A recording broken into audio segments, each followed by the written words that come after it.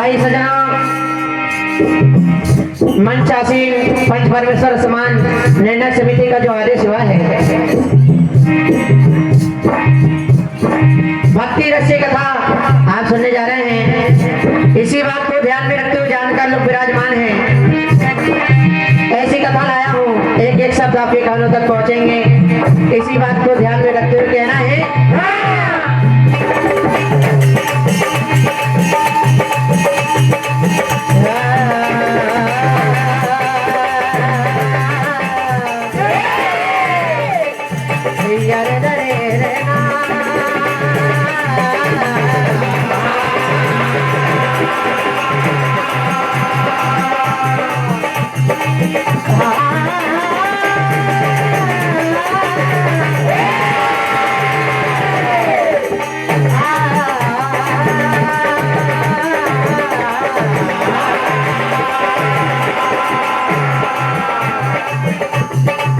एक समय की है। राजा उत्तनपाद जिनकी दो पत्नियां, हेलो, राजा उत्तनपाद की दो पत्नियां, बड़ी पत्नी का नाम सुनीति, छोटी पत्नी का नाम सुरुचि। सुनीति के पुत्र ध्रुव और सुरुचि के पुत्र उत्तम।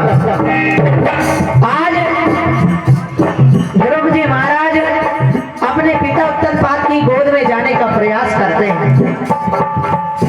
और माता सुरुचि ये सब बातें देख लेती हैं और झट से अपने सौतेले पुत्र ध्रुव को राजा के सिंहासन से उतार देती है और कहती है तुम अभी इस योग नहीं हो कि तुम राजा की गोद में जाकर के बैठो। तो कहा माता आप ऐसा क्यों बात कर रही हैं? तो आज ध्रुव जी महाराज कह रहे हैं मैया मेरा क्या दोष है, ये भी तो मेरे पिता हैं। सुरुचि कहती है तुम्हें राजा की गोद में बैठने के लिए प्रभु की आराधना करनी होगी, प्रभु का जाप करना होगा, प्रभु से तप करना होगा। इसके बाद में प्रभु की भक्ति करने के बाद से उनसे ये वरदान प्राप्त करना होगा कि मैं माता सुरुचि के गर्भ से जन्म लिया। हाँ, ये सब बातें सुनी और अपनी माता सुनीति को जाकर के ये बात बताई। कहा भैया मेरे साथ आज सुबह से ये हाल हुआ है। तो माता सुनीति भी यही बात समझाती ध्रुव को। कहा बेटा ये बात बिल्कुल सही है, तुम्हारी भी माता ने ये बात बिल्कुल सही कही है। प्रभु की आराधना करके उनके गर्भ में से जन्म लेना होगा। 5 वर्षीय पुत्र को ये बात लग गई। ध्रुव जी महाराज वन में प्रभु की आराधना करने के लिए, भक्ति करने के लिए चल दिए। क्या हुआ?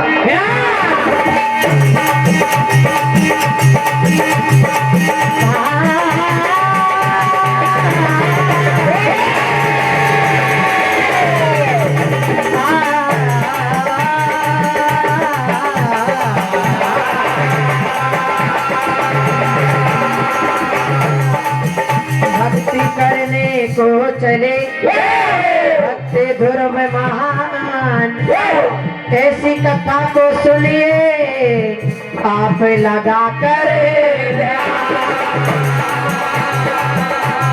क्या होता है?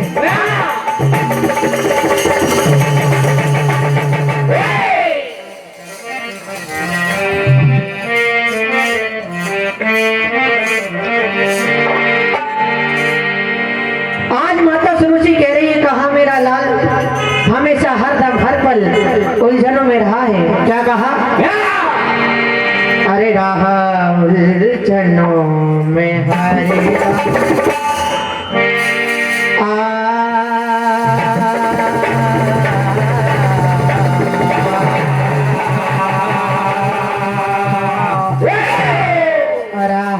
उलझनों में हरदम बेटा ध्रुव हमारा।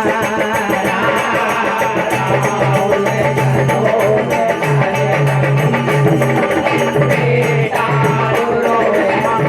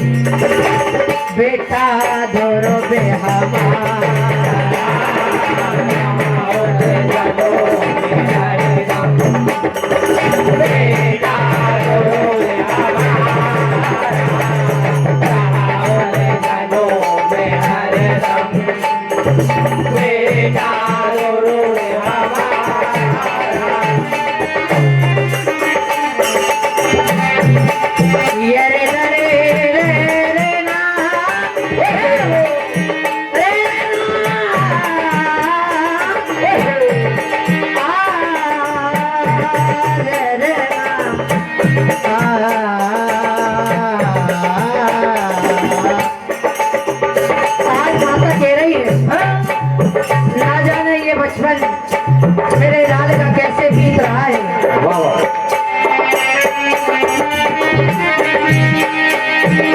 बचपन खेलने का भक्ति की करता बचपन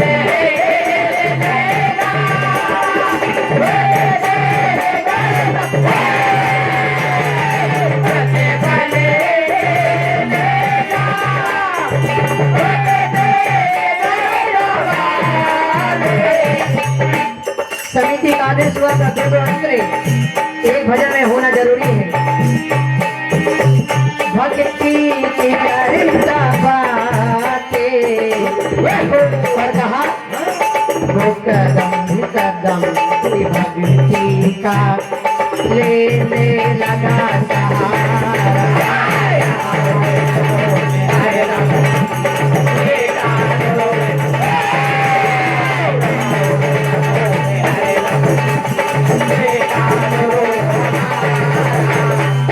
और आज माता कह रही है ये भैया भजन का दूसरा अंतर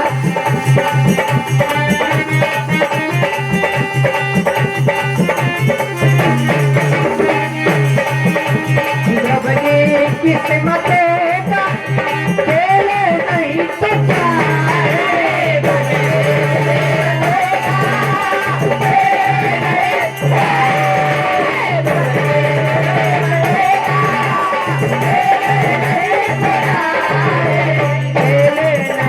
तो क्या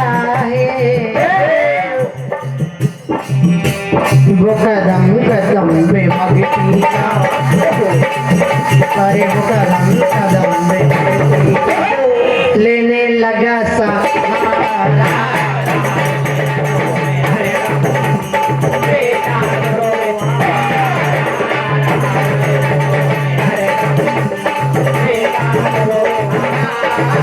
और आज ध्रुव जी महाराज माता सरिता की आज्ञा पाकर के अपने हरि नारायण को हृदय में बसा करके वन की ओर जैसी प्रस्थान करते हैं। नारद मुनि रास्ते में मिल जाते हैं। क्या होता है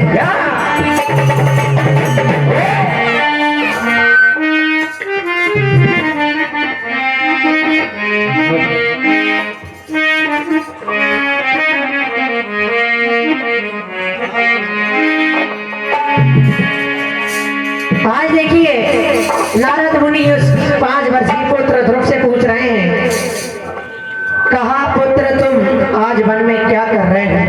क्या हुआ? क्या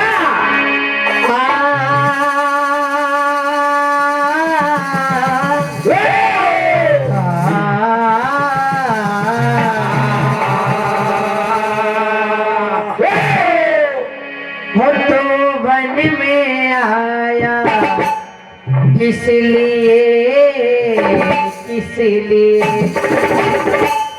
और आज ध्रुव जी महाराज जवाब दे रहे हैं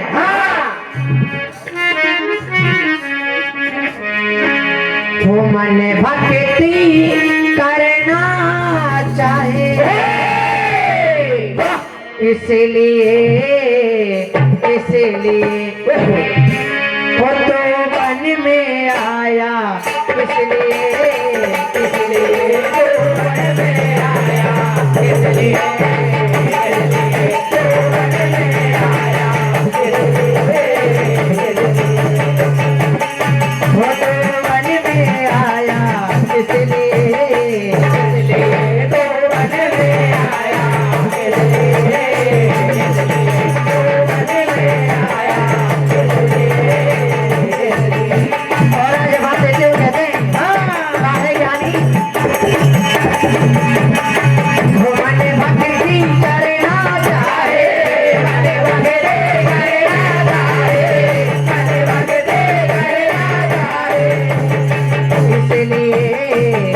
इसीलिए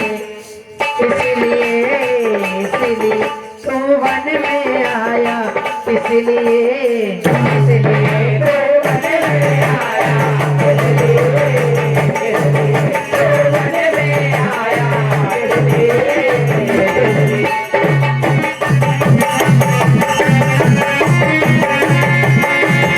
और आज ध्रुव मन में विचार करते हुए कहता है, कहा है नारद मुनि, मेरी मंजिल कभी अभी इसी वक्त प्रभु के पाने के लिए है।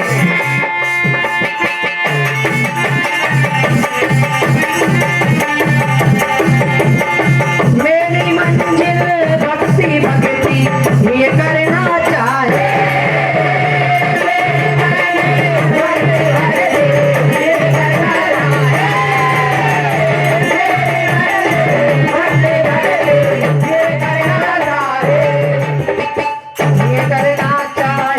प्रभु की मन करना चाहे,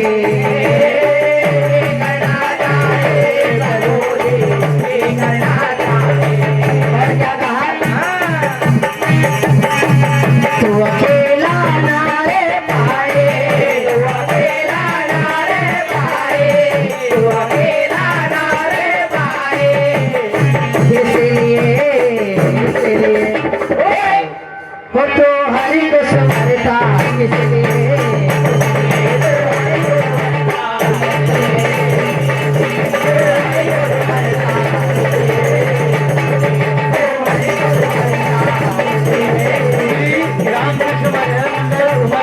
और आगे अंतरे में नारद जी मनी मन में उसे बहुत बातें समझाते हैं, कई प्रकार से डराते हैं। कहा पुत्र अभी तुम बच्चे हो और वन के प्राणी तुम्हें जिंदा नहीं बचने देंगे, कई जानवर इस वन में है। क्या कहा,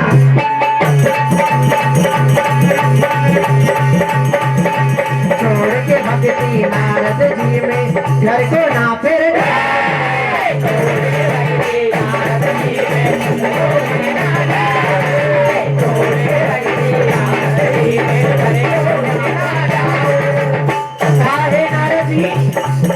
छोड़ के भक्ति नारद जी में घर को ना फिर जाऊं। श्री रामकृष्ण भजन मंडल उमरखेड़ी छोड़ के मंच पर आ जाए। छोड़ के भक्ति नारद जी में घर को ना फिर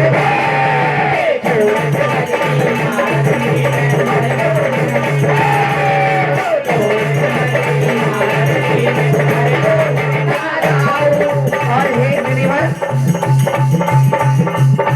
अरे आप ही बता दो हे मुनीवर, दर्शन कैसे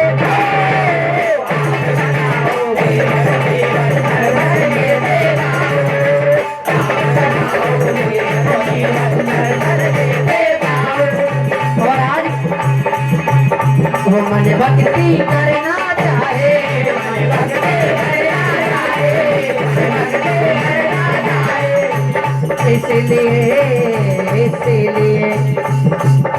इसलिए तो हरि को सुमरता, इसलिए